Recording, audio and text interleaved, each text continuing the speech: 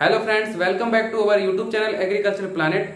आपको जैसा पता होगा कि हम यहाँ पर 12th क्लास के एग्रोनॉमी का फर्स्ट चैप्टर यानी कि सिंचाई के ऊपर बात कर रहे हैं। इसका एक महत्वपूर्ण भाग हम लोगों ने पढ़ लिया था, जो कि था कि सिंचाई क्या है, सिंचाई की आवश्यकता क्यों है, क्यों हम सिंचाई करते हैं, सिंचाई के लाभ क्या हैं, पौधों को जल की आवश्यकता किस प्रकार से होती है। तो अब हम लोगों को बात करनी है इस चैप्टर के आगे, जो कि है भारत में जो सिंचाई के स्रोत क्या हैं, भारत में सिंचाई के स्रोत क्या हैं, तो उसके ऊपर हम बात करेंगे। तो आप सब लोग मेरे साथ हेडिंग डालेंगे, वाटर रिसोर्सेस इन इंडिया। अगर हिंदी में लिखना चाहें तो भारत में जल के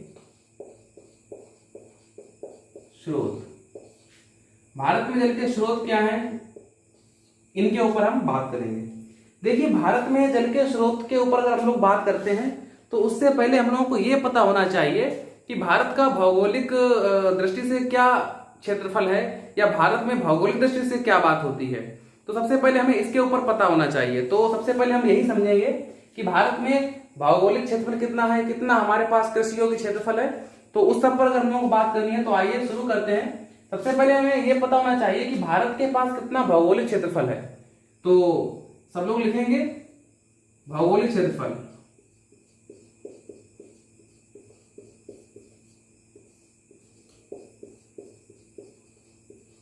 देखिए, हमारे पास जो भौगोलिक क्षेत्रफल है वह 328 मिलियन हेक्टेयर हमारे पास भौगोलिक क्षेत्रफल है। इसका मतलब है कि भारत के पास कुल भूमि जो है वह 328 मिलियन हेक्टेयर ही है, जिसमें से जो हमारा कृषि योग्य क्षेत्रफल की अगर बात की जाए तो कृषिगत क्षेत्रफल इसका लगभग आधा यानी कि 143 मिलियन हेक्टेयर। जो कृषिगत क्षेत्रफल है वह हमारे पास 143 मिलियन हेक्टेयर है। मतलब कि कुल भौगोलिक क्षेत्रफल का 143 मिलियन हेक्टेयर इतना जो भाग है, इस पर ही हमारे देश में केवल और केवल कृषि की जाती है। जब इस पर कृषि की जाती है तो इसमें भी एक पॉइंट सामने निकल के आता है कि सिंचित भाग, जो सिंचित क्षेत्रफल है वह 143 मिलियन हेक्टेयर का केवल 44 भाग ही सिंचित है। कहने का तात्पर्य यह है कि भारत के पास कुल 328 मिलियन हेक्टेयर भौगोलिक क्षेत्रफल था, जिसमें से कृषिगत क्षेत्रफल की अगर बात की जाए तो 143 मिलियन हेक्टेयर हमारे पास कृषिगत क्षेत्रफल हो जाता है, और जिसका सिंचित क्षेत्रफल की अगर बात की जाए तो 44% भाग हमारे पास सिंचित है, यानी कि हम इस पर सिंचाई करते हैं, और शेष बाकी का जो कि हमारे पास 56% भाग बनता है, यह एक ऐसा क्षेत्रफल है जो कि वर्षा द्वारा ही सिंचा जाता है। इस पर वर्षा के माध्यम से ही कृषि की जाती है। यदि वर्षा नहीं होगी तो हम इस भाग पर सिंचाई, इस भाग पर हम खेती नहीं कर सकते हैं। अगर वर्षा अच्छी होती है तो इस पर हमारी खेती भी अच्छी होती है। इन केस अगर वर्षा में कोई समस्या होती है, वर्षा अच्छी नहीं होती है, तो हमारी ये वाली फसल भी खराब हो जाती है। साथ ही अगर कुछ बात की जाए कि भारत में या भारत की जो वर्षा होती है वह कितनी होती है, तो भारत की जो औसतन वर्षा की अनुमानित जो मात्रा है वह 1200 सेंटीमीटर 1200 मिलीमीटर 1200 मिलीमीटर भारत में औसतन वर्षा होती है। अगर इसको हम सेंटीमीटर की बात करें तो 120 सेंटीमीटर भी आप इसको कह सकते हैं कि भारत में 120 सेंटीमीटर औसतन वर्षा होती है। यह पॉइंट आपके यूपी कैडेट के लिए बहुत इंपॉर्टेंट है, क्योंकि यूपी कैडेट में हमेशा कोई ना कोई प्रश्न इनसे पूछ लिया जाता है। तो अगर आप यूपी कैडेट की भविष्य में तैयारी करना चाहते हैं तो आप इस चीज को अच्छे से तैयार करेंगे, क्योंकि इससे प्रश्न आते हैं। तो अब बात करें कि हमारे पास जो सिंचाई के स्रोत हैं, जल के स्रोत हैं, उनके ऊपर हम लोग बात करते हैं। क्योंकि हमने भौगोलिक दृष्टि से बात तो कर ली कि हमारे पास भौगोलिक दृष्टि से क्या है, अब हम सीधे सीधे बात करते हैं कि भारत के पास कितने जल के स्रोत हैं, हम किन प्रकार से जल को एकत्र करते हैं। तो आइए उसी पर बात करेंगे। भारत के पास अगर बात की जाए या हमारे देश में मुख्यतः सिंचाई के लिए या मुख्यतः जल के स्रोत कितने प्रकार के हैं, तो उन पर अगर बात करें तो जल के स्रोत हमारे पास कुछ सीमित ही हैं, जिनमें से सबसे पहला हमारे पास आ जाता है वर्षा। यानी कि रेन। दूसरा हमारे पास आ जाता है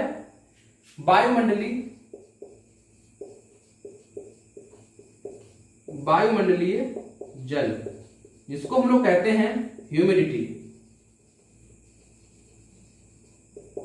तीसरा हमारे पास आ जाता है बाढ़, जिसको हम लोग कहते हैं फ्लड। और चौथा हमारे पास आ जाता है जो कि है भूमिगत जल, भूमिगत जल, जिसको हम लोग कह सकते हैं हाइपोसरफेस वाटर। तो ये हमारे पास कुछ सिंचाई के मेन स्रोत हैं कि वर्षा यानी कि रेन द्वारा, वायुमंडलीय जल जो कि ह्यूमिडिटी भी कहा जाता है, और बाढ़ यानी कि फ्लड, और भूमिगत जल। केवल हमारे पास इतने प्रकार से हम लोग सिंचाई कर सकते हैं और जल को प्राप्त करते हैं वायुमंडल से या आकाश से। और अगर इसमें बात की जाए तो वायुमंडलीय जल की अगर बात की जाए तो इसके पास हमारे पास आ जाते हैं इसमें कोहरा, दूसरा हमारे पास हो जाता है इसमें ओस, और तीसरा अगर बात की जाए तो आर्द्रता। आर्द्रता इतने प्रकार से है। भूमिगत जल जो हमारे पास आता है, भूमिगत जल के स्तर का बढ़ने का एकमात्र कारण ही है वर्षा। तो अगर बात की जाए भारत का सबसे अधिक जो जल का स्रोत है तो वो हमारा हो जाता है वर्षा। आइए एक एक करके हम बात करते हैं। सबसे पहले हम बात करेंगे वर्षा के ऊपर, तो बाकी को रफ कर देते हैं, केवल वर्षा को रखते हैं क्योंकि वर्षा के ऊपर हमें बात करनी है। मैं एक बार इसको भी रफ किए दे रहा हूं। वर्षा यानी कि रेन, वर्षा यानी कि रेन। भारत में सिंचाई का सबसे बड़ा जो योगदान है, भारत में जल का सबसे बड़ा योगदान जो है वह वर्षा है। तो लिखेंगे भारत में जल का सबसे बड़ा प्राकृतिक साधन है। जो वर्षा है, यहां भारत में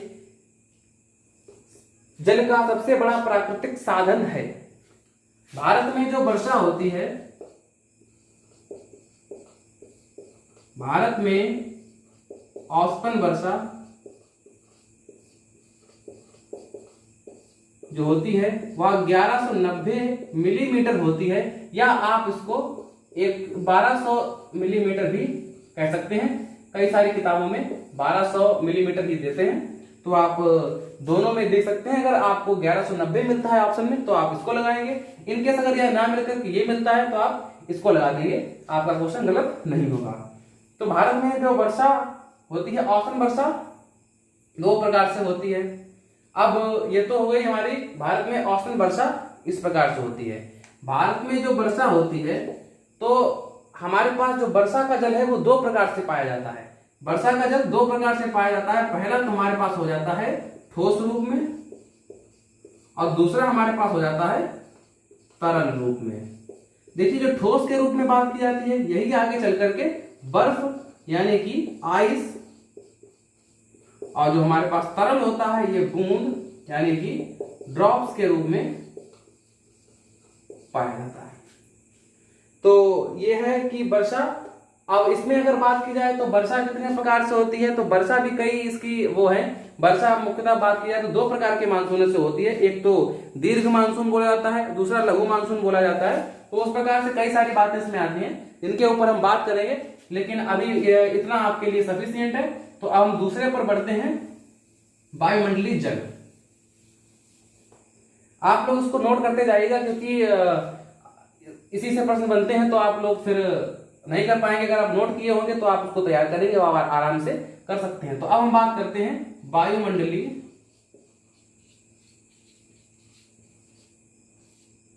जल के ऊपर। देखिए, वायुमंडलीय जल से तात्पर्य है हमारे वायुमंडल में जो भी जल की मात्रा है उसे हम लोग कहते हैं वायुमंडलीय जल।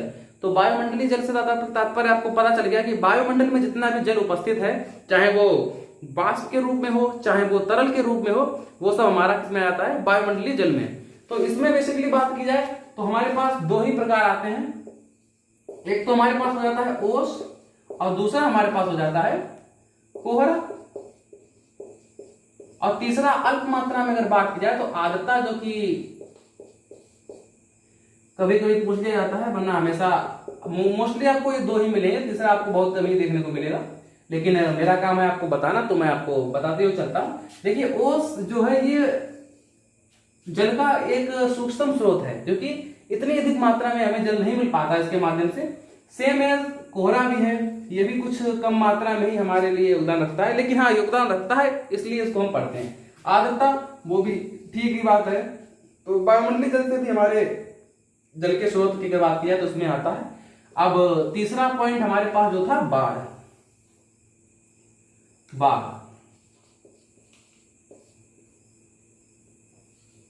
जिसे हम लोग कहते हैं फ्लड। देखिए बाढ़ जो है, बाढ़ अगर कहीं ना कहीं बात की जाए तो जो सिंचाई होती है, यानी कि वर्षा होती है, वर्षा जब अधिक मात्रा में हो जाती है तो वही बाढ़ का रूप लेती है आगे चल के। तो इसमें क्या होता है, बाढ़ का जल जो होता है हमारे लिए आवश्यक तो होता है, किंतु पूर्ण रूप से हितकर नहीं होता है। किस प्रकार से समझते हैं, देखिए बाढ़ से तात्पर्य है एक तेज बहाव में और अधिक मात्रा में जल का आना। तो कई बार क्या होता है, वर्षा जैसे होती है तो वर्षा अगर धीरे धीरे कम मात्रा में होती है, अगर हल्की गति से वर्षा होती है तो वह हमारी भूमि के द्वारा एब्जॉर्ब की जाती है, उसको अवशोषित किया जाता है। तो उससे क्या होती है, हमारी जो भूमि की उर्वरा शक्ति भी वृद्धि होती है, साथ ही हमारे यहाँ का जो वाटर लेवल है वो भी अप होता है। और अगर वर्षा की गति तेज है, यानी कि पानी तेज बहाव के साथ आता है, तो उस केस में वह हमारे जल के द्वारा, हमारी भूमि के द्वारा अवशोषित नहीं किया जाता है, वह अधिकांश जल नष्ट हो जाता है। तो बाढ़ का भी वही रूप है कि बाढ़ का जल जो होता है, वर्षा जब अधिक मात्रा में वर्षा हो जाती है तो वह बाढ़ का रूप लेती है। हम बात कर रहे हैं भारत के जल के स्रोत के ऊपर, तो जिसमें से एक बाढ़ भी हिस्सेदारी रखती है, तो इसलिए हम इसके बारे में पढ़ते हैं। अब अगला पॉइंट हमारे पास जो आता है वह हमारे पास आता है भूमिगत जल।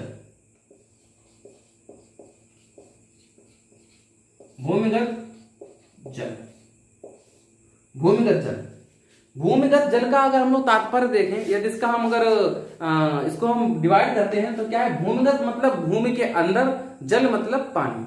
ऐसा पानी या ऐसा जल जो भूमि के अंदर संरक्षित रहता है उसे हम लोग कहते हैं भूमिगत जल। अब बात यह आती है कि भूमिगत जल आखिर भूमि के अंदर पहुंचता किस प्रकार से। तो आपने आगे आप पढ़ेंगे पर्कुलेशन और इन्फिल्ट्रेशन जो क्रियाएं होती हैं, जिसमें से अंतःस्रवण जो होती है क्रिया, उसके माध्यम से क्या होता है, हमारी जो मृदा होती है, मृदा में कई सारी परतें होती हैं जिनको हम मृदा संस्तर कहते हैं।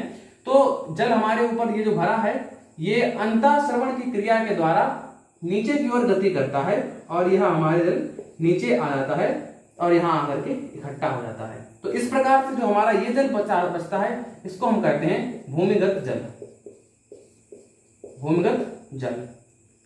और यह अंतःस्रवण प्रक्रिया के माध्यम से आता है। तो अगर आपसे पूछा जाए कि भारत में जल के जो स्रोत हैं उनके ऊपर टिप्पणी करिए, अगर बेसिकली ये प्रश्न अगर आता है तो ये 4 से 6 नंबर में पूछा जाता है। तो मुझे लगता है कि आप इस प्रश्न को आराम से कर लेंगे और आपको 4 नंबर पूरे मिलने वाले हैं, क्योंकि आपने एग्रीकल्चर प्लांट से तैयारी की है, जहां पर आपको 11th 12th के साथ साथ यूपी कैडेट का भी सिलेबस कराया जाता है, जिससे कि आप अपने फ्यूचर को अच्छा बना सकें। तो अगर आप 11th या 12th से हैं या आप यूपी कैडेट से हैं और हमारे वीडियो को देख रहे हैं, तो कृपया चैनल को आप लाइक कर सकते हैं, सब्सक्राइब कर सकते हैं और बेल आइकन को जरूर प्रेस करें, जिससे कि हमारी वीडियो की सारी नोटिफिकेशन आप तक सबसे पहले पहुंचे। तो आज की वीडियो को बस इतना ही रखते हैं। अगली वीडियो में हम लोग देखेंगे मृदा जल कितने प्रकार के होते हैं, एक एक को अच्छी तरीके से समझेंगे, जिससे कि आप अपने आराम से प्रश्न कर सकते हैं। क्योंकि कल की वीडियो बहुत इंपॉर्टेंट होने वाली है, क्योंकि आपके जो यूपी बोर्ड की परीक्षा में यहाँ से प्रश्न हमेशा आना तय रहता है, साथ ही यूपी कैडेट की परीक्षा में भी यहाँ से प्रश्न आते हैं। तो अगर आप यूपी कैडेट की तैयारी कर रहे हैं या आप 11th या 12th में तैयारी कर रहे हैं, तो आप हमारे चैनल को सब्सक्राइब करिएगा और अगर हो सके तो मैं डिस्क्रिप्शन में अपना एक व्हाट्सएप नंबर दे दूंगा, जिस पर आप सभी अपना नाम और अपनी कक्षा का नाम जरूर शेयर करें, जिससे कि हमारे पास भी आपकी थोड़ी जानकारी रहे कि हाँ इतने बच्चे हमारे चैनल के साथ जुड़े हैं, जिससे कि हम भी अच्छी से अच्छी वीडियो आप लोगों को प्रोवाइड करा पाएँ। तो बने रहिए हमारे वीडियो के साथ। तब तक के लिए जय हिंद, मिलते हैं अगली वीडियो में।